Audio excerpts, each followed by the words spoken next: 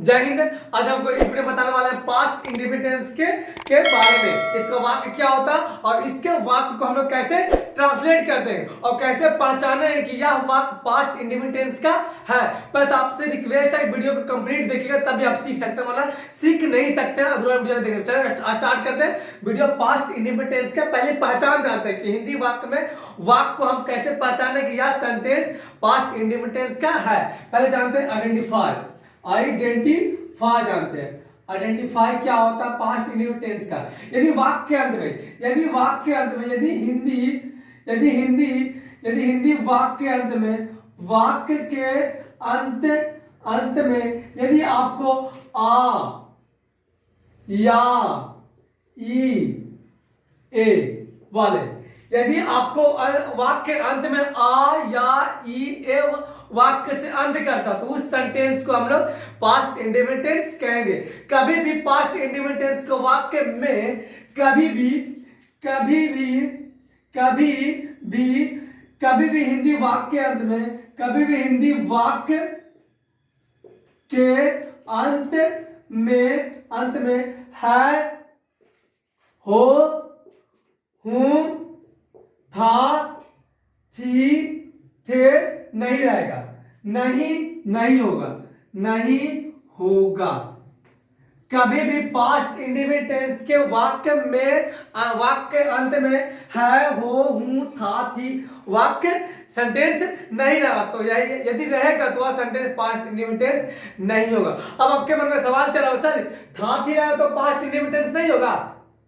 आपके मन में सवाल चल रही है सर वाक्य अंत में था थी रहा तो पास्ट इंडिपेंडेंस नहीं होगा। नहीं बाबू, वह पास्ट टेंस होगा लेकिन पास्ट इंडिपेंडेंस के कैटेगरी में नहीं आएगा। जैसे वह वहां गया था, यह सेंटेंस पास्ट टेंस तो है लेकिन यह सेंटेंस पास्ट इंडिपेंडेंस के कैटेगरी में नहीं आते हैं। पास्ट इंडिपेंडेंट कैटेगरी में वही वाक्य आते हैं जिसके हिंदी वाक्य अंत में आ या ई ए रहते हैं, वही सेंटेंस पास्ट इंडिपेंडेंट होते हैं। अब जानते हैं इसका अफर्मेटिव सेंटेंस क्या स्ट्रक्चर क्या होता है। अफर्मेटिव स्ट्रक्चर क्या होता है। पहले हम लोग लिखेंगे सब्जेक्ट लिखेंगे और पास्ट इंडेफिनिट टेंस के अफर्मेटिव स्ट्रक्चर में सिर्फ वर्ब का सेकंड फॉर्म का यूज किया था, बाकी सारे फॉर्म में वर्ब का फर्स्ट फॉर्म का यूज किया जाता। सब्जेक्ट, उसके बाद वर्ब का सेकंड फॉर्म, उसके बाद ऑब्जेक्ट लगाएंगे, उसके बाद अदर वर्ड लिखेंगे। जैसे एग्जांपल में रहा, जैसे रहेगा वह वहां गया। अब देखिए यह सेंटेंस या से अंत कर रहा, यह सेंटेंस या से अंत कर रहा, तो यह सेंटेंस पास्ट इंडिपेंडेंस का सेंटेंस है और अफर्मेटिव कैसे पहचानेंगे। वह सेंटेंस में नहीं का बात नहीं होगा, वह सेंटेंस में नहीं का बात नहीं होगा, वह सेंटेंस में नहीं कोई प्रश्नवाचक वाक्य होंगे, नहीं कोई प्रश्न उठेगा, उस सेंटेंस से बोलते हैं अफर्मेटिव वाक्य। आई मीन सकारात्मक वाक्य। और सकारात्मक वाक्य को ट्रांसलेट करने के लिए हमारा स्ट्रक्चर क्या है, पहले सब्जेक्ट लिखेंगे, उसके बाद वर्ब का सेकंड फॉर्म, उसके बाद ऑब्जेक्ट, उसके बाद अदर वर्ड लिखेंगे। पहले क्या लिखेंगे सब्जेक्ट ही लिखेंगे, उसके बाद सेकंड फॉर्म भी फॉर वर्ब होता है, वर्ब मीन क्रिया होता है, इसका मतलब कि हमको सब्जेक्ट के बाद कोई काम यूज करना। काम इसमें क्या हो रहा, जाना क्या होगा, काम क्या होगा, जाना था, जाना का गो होता, जाना का गो का सेकंड फॉर्म वेंट होता, गो वेंट टू देयर, वहां गया। दूसरा एग्जांपल देखिएगा, राम उससे पीटा। अब आपके मन में सवाल चल सर इसमें ता तो नहीं है वाक्य अंत में, ता तो नहीं, यह सेंटेंस पास्ट इंडिपेंडेंस का है तो है बाबू। देखिए राम उससे पीटा और लास्ट में आ से मतलब यहाँ पर वाक्य अंत कर रहा, आ से यहाँ वाक्य अंत कर रहा, इसको वाक्य गया तो वहां पर तो क्लियर दिखता है, तो यहाँ पे दिख नहीं, लेकिन पीटा काम पास्ट में हुआ, और यह सेंटेंस पास्ट इंडिपेंडेंस का है। तो पहले बनाएंगे सब्जेक्ट राम, अफर्मेटिव सेंटेंस है तो वर्ब का सेकंड फॉर्म यूज करेंगे। पीटना का होता है किल या बीट भी लगा सकते हैं, तो बीट का बीटेड, सेकंड फॉर्म बीट होता है बीटेड हिम। तीसरा एग्जांपल देखिए, वे लोग सॉरी वे लोग उसे पढ़ाए, वे लोग उसे पढ़ाए। अब सेंटेंस पढ़िए, वे लोग उसे पढ़ाए। यहां भी आप कंफ्यूज मत हो जाइएगा, सर ये तो नहीं है वाक्य के अंत में, आप तो बोले आ या ई ए रहेगा, ए तो नहीं है। वे लोग उसे पढ़ाए, बाबू यहां से ए आ रहा, अंत में ए आ रहा तो यह सेंटेंस पास्ट इंडिफिनिट टेंस का और यह कम पास्ट में हुआ। तो पहले सब्जेक्ट लिखेंगे दे, उसके वर्ब का फर्स्ट फॉर्म का सेकंड फॉर्म, काम क्या पढ़ाना का टीच होता, और टीच का सेकंड फॉर्म टॉट होता, टॉट, दे टॉट हिम, वे लोग उसे पढ़ाए। चौथे नंबर देखिए, चौथा क्या कहता है, सीता भोजन खाई, सीता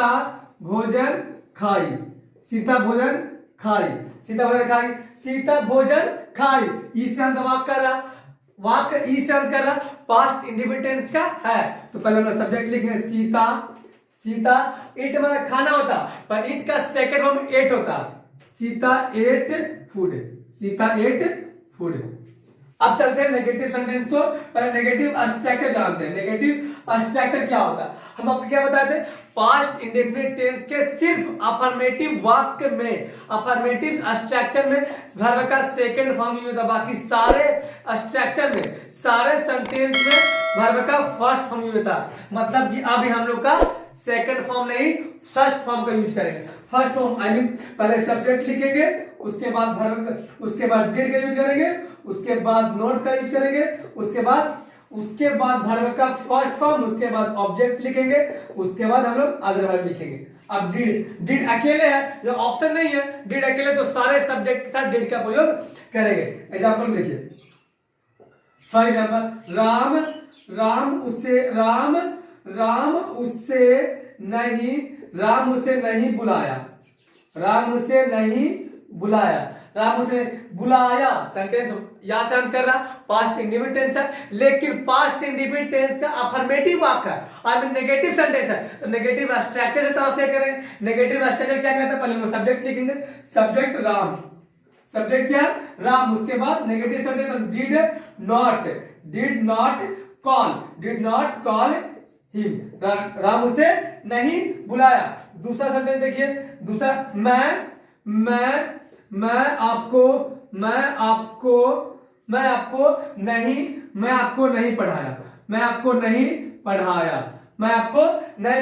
यह सेंटेंस प्रेजेंट इंडिफिनिट टेंस का और नेगेटिव सेंटेंस है, तो नेगेटिव स्ट्रक्चर से पहले सब्जेक्ट लिखेंगे, I did not teach you, मैं आपको नहीं पढ़ा, मैंने आपको नहीं पढ़ा। अब चलते हैं थर्ड एग्जांपल को। थर्ड एग्जांपल, वे लोग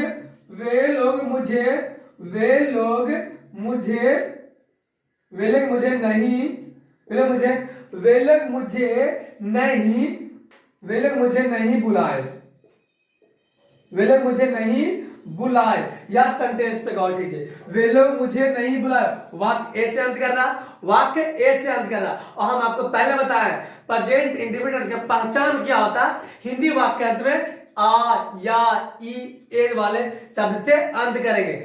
प्रेजेंट इंडिफिनिट टेंस का पहचान क्या होता है कि हिंदी वाक्य अंत में आ ई ए या लगा रहेगा, तो वह सेंटेंस प्रेजेंट इंडिफिनिट टेंस होगा। यह प्रेजेंट इंडिफिनिट टेंस है, और प्रेजेंट इंडिफिनिट टेंस का नेगेटिव सेंटेंस है, तो हम नेगेटिव स्ट्रक्चर से ट्रांसलेट करेंगे। और नेगेटिव स्ट्रक्चर हमारा क्या था, पहले सब्जेक्ट लिखिए, सब्जेक्ट क्या लगता है, दे डिड नॉट, उसके बाद भी फॉर वर्ब, काम यूज करना है, काम क्या बुलाना कर, डिड नॉट कॉल मी, और मुझे नहीं बुलाया। चौथे नंबर देखिए, चौथा, वह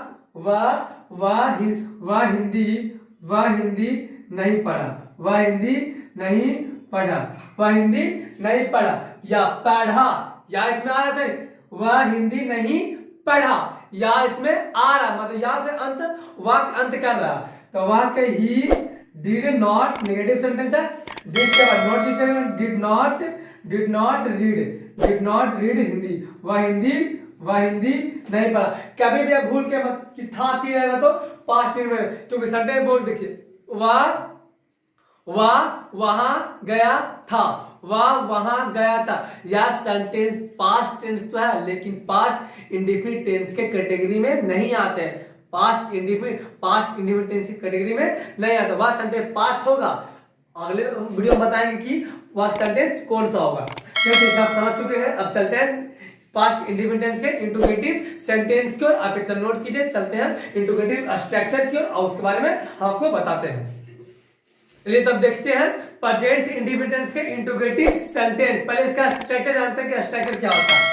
स्ट्रक्चर जानते हैं, इंट्रोगेटिव स्ट्रक्चर क्या होता है। इंट्रोगेटिव स्ट्रक्चर क्या होता है, पहले हम लोग डिड का यूज करेंगे, उसके बाद हम लोग सब्जेक्ट लगाएंगे, उसके बाद हम लोग वर्ब का फर्स्ट फॉर्म, उसके बाद ऑब्जेक्ट लिखेंगे, उसके बाद अदर वर्ड और लास्ट में हम लोग क्वेश्चन मार्क देंगे, क्योंकि प्रश्नवाचक वाक्य होता है, क्वेश्चन मार्क देना जरूरी है, आवश्यक है ना। अगर WH वर्ड रहा, अगर WH क्वेश्चन रहा तो क्या करेंगे, पहले WH वर्ड लिखेंगे, उसके बाद डिड लिखेंगे, उसके बाद सब्जेक्ट लिखेंगे, उसके बाद लिखेंगे वर्ब का फर्स्ट फॉर्म, उसके बाद ऑब्जेक्ट लिखेंगे, उसके बाद अदर वर्ड, लास्ट में क्वेश्चन मार्क, क्योंकि WH वर्ड से भी क्वेश्चन वाक्य होता है तो क्वेश्चन मार्क देना जरूरी है। अब सेंटेंस देखिएगा, अब सेंटेंस देखना, तुमने क्या कहा, तुमने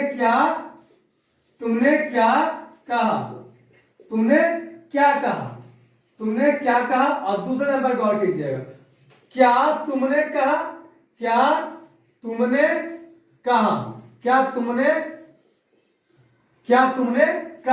लास्ट में क्वेश्चन मार्क देंगे, क्या तुमने। अब दोनों सेंटेंस में गौर कीजिएगा, तुमने क्या कहा और क्या तुमने कहा। अब इसमें आपको डिसाइड करना है कि दोनों सेंटेंस में से इंट्रोगेटिव सेंटेंस कौन है और WH सेंटेंस कौन है। देखिए, तुमने क्या कहा और क्या तुमने कहा, दोनों सेंटेंस इंट्रोगेटिव है, दोनों सेंटेंस इंट्रोगेटिव सेंटेंस है। तो इंट्रोगेटिव सेंटेंस दो प्रकार के होते हैं, इंट्रोगेटिव सेंटेंस दो प्रकार, टू टाइप्स के होते हैं। पहला होते हैं यस या नो इंट्रोगेटिव, जिसको हम लोग बोलते हैं स्टेटमेंट इंट्रोगेटिव बोलते हैं, और दूसरा होता है WH वर्ड क्वेश्चन और एक होता है WH इंट्रोगेटिव सेंटेंस। तो देखते हैं कि कौन सा यस या नो है और कौन WH वर्ड क्वेश्चन है।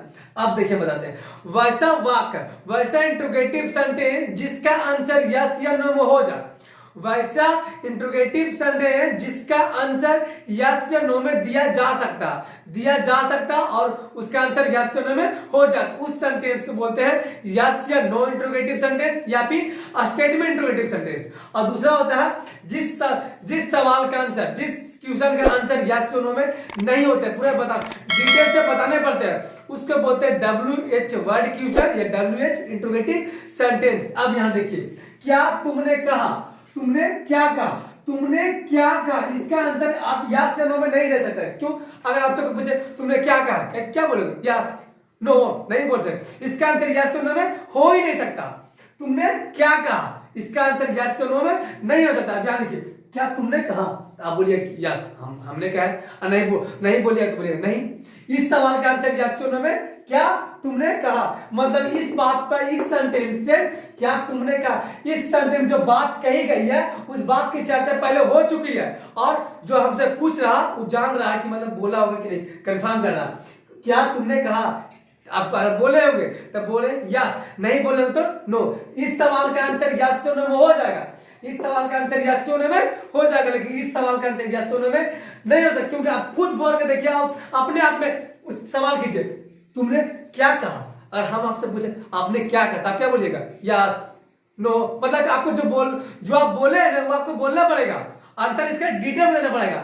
तो जिस क्वेश्चन का आंसर डिटेल में देना पड़ेगा उसको बोलते हैं WH वर्ड क्वेश्चन और WH इंट्रोगेटिव सेंटेंस। और जिस सवाल का आंसर यस या नो में दिया जा सकता और यस या नो में आंसर उसका हो जाए उसको बोलते हैं यस या नो इंट्रोगेटिव सेंटेंस या फिर स्टेटमेंट इंट्रोगेटिव सेंटेंस। यस या नो इंट्रोगेटिव सेंटेंस को हम लोग बनाते हैं हेल्पिंग वर्ब को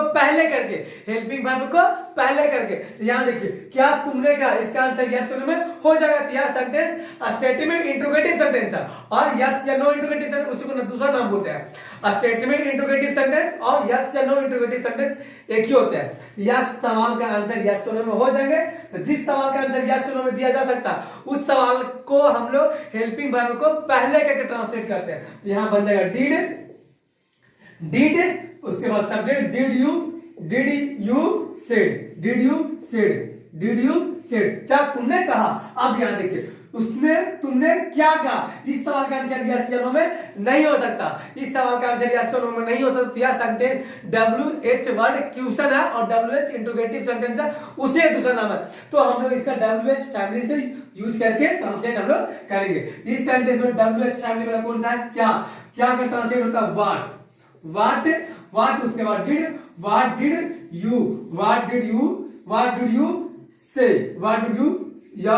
यू से, क्या तुमने क्या कहा। सॉरी यहाँ पे सेड नहीं, यहाँ पे से होगा, क्योंकि हम लोग फर्स्ट फॉर्म का यूज कर रहे हैं। हम लोग यहाँ फर्स्ट फॉर्म, पहले बता दो प्रेजेंट इंडिपेंडेंट टेंस में सिर्फ अफर्मेटिव वाक्य में अब वर्ब का सेकंड फॉर्म यूज होता है, बाकी सभी सेंटेंस में इंट्रोगेटिव हो, नेगेटिव हो, डब्ल्यूएड हो, उसमें वर्ब का फर्स्ट फॉर्म यूज होता है। तो यहाँ पे हम लोग वर्ब का फर्स्ट फॉर्म यूज करेंगे। दूसरा सेंटेंस देखते हैं, दूसरा राम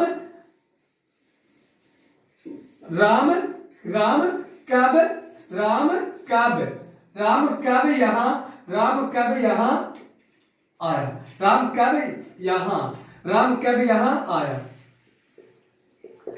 कब यहाँ आया। तीसरा नंबर लीजिए, चौथा क्या आप खाए, देखिए राम कब यहाँ आया, इसका भी आंसर यस नो में नहीं हो सकता। राम कब आया, तो हम इसको WH फैमिली का यूज करके ट्रांसलेट करेंगे। when did राम कब है, राम यहाँ कब आया। क्या आप खाए, अगर खाए हो तो बोलिए यस, नहीं खाए हो तो नो। इसका सवाल का आंसर यस नो में हो जाता है। जिस सवाल का आंसर यस नो में हो जाता है उसको बोलते हैं statement interrogative, I mean yes no interrogative. उस सवाल का आंसर हम लोग हेल्पिंग वर्ब को पहले करके ट्रांसलेट करते हैं। तो डिड यू ईट, क्या आप खाए। चौथा देखिएगा, फॉर एग्जांपल क्या कहता है, वे लोग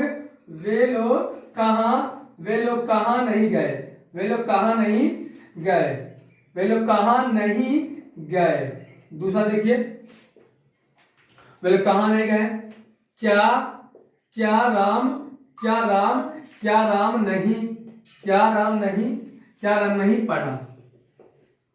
राम नहीं पढ़ा। वे लोग कहाँ नहीं गए, इस सवाल का भी आंसर यस नो में नहीं हो सकता, तो इसका सवाल का क्वेश्चन ट्रांसलेट हम लोग WH फैमिली का यूज करके करेंगे। तो पहले WH कहाँ का वेयर डिड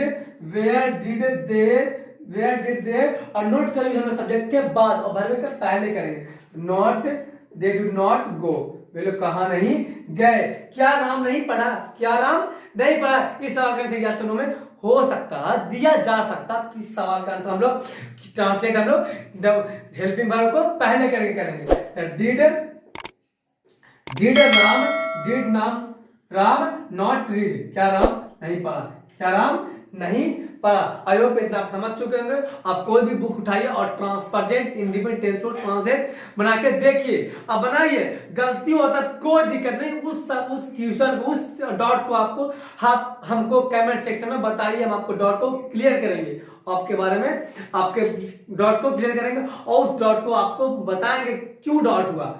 आप बस आपसे रिक्वेस्ट है कि कोई सा भी वीडियो देखिए और जो चीज हम पढ़ाते हैं उस चीज पर आप कोई सा भी ट्रांसलेशन उठा के और उस पर बनाने का प्रयास कीजिए, तभी आप सीखे। वीडियो देख के आप सीख नहीं सकते हैं। फिर से हम रिपीट करते क्या पढ़े हम लोग आज, हम लोग क्या पढ़े आज? Present indefinite tense. Present indefinite tense, present indefinite की पहचान क्या होता है? जब हिंदी वाक्य के अंत में, जब भी हिंदी वाक्य के अंत में आ या ई ए लगा होता है तो उस सेंटेंस के अंत हम लोग प्रेजेंट इंडेफिनिट टेंस कहते हैं। कभी भी प्रेजेंट इंडेफिनिट टेंस के अंत में है, हो, हूं, था, थी, थे नहीं होता। था, थी, थे नहीं होता। जैसे में वह राम, वह उसे मारा था, वह उसे मारा था, यह सेंटेंस पास्ट टेंस तो होगा लेकिन ये पास्ट इंडेफिनिट टेंस के कैटेगरी में नहीं आते हैं, नहीं आते। हम आपको अफर्मेटिव सेंटेंस बताएं, उसका स्ट्रक्चर क्या होता है? पहले सब्जेक्ट लिखेंगे, उसके बाद वर्ब का सेकंड फॉर्म, उसके बाद object. Second present indefinite tense की सिर्फ अफर्मेटिव सेंटेंस में, सिर्फ अफर्मेटिव सेंटेंस में वर्ब का सेकंड फॉर्म का यूज किया जाता है।